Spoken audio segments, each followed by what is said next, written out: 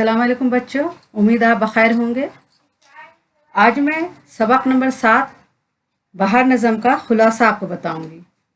मैंने बहार नज़म का सवाल जवाब, मिसरे मुकम्मल कीजिए, मुतज़ाद अल्फाज, अल्फाज माने, सब कुछ एक चैप्टर का कंप्लीट कर चुकी हूँ।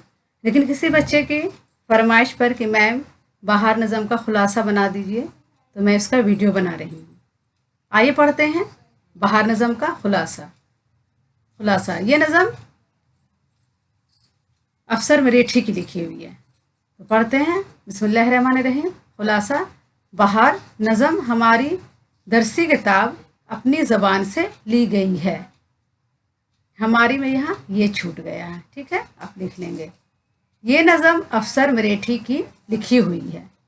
इस नज़म में उन्होंने बहार के मौसम को बहुत ही खूबसूरत अंदाज में पेश किया है।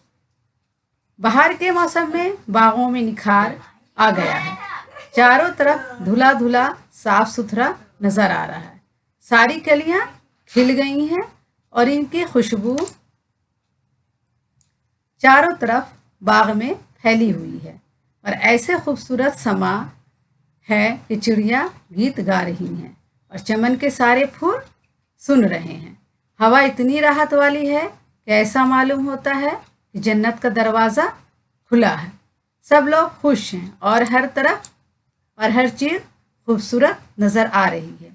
चांदनी खिली हुई है और चारों तरफ बहार के मौसम का असर है।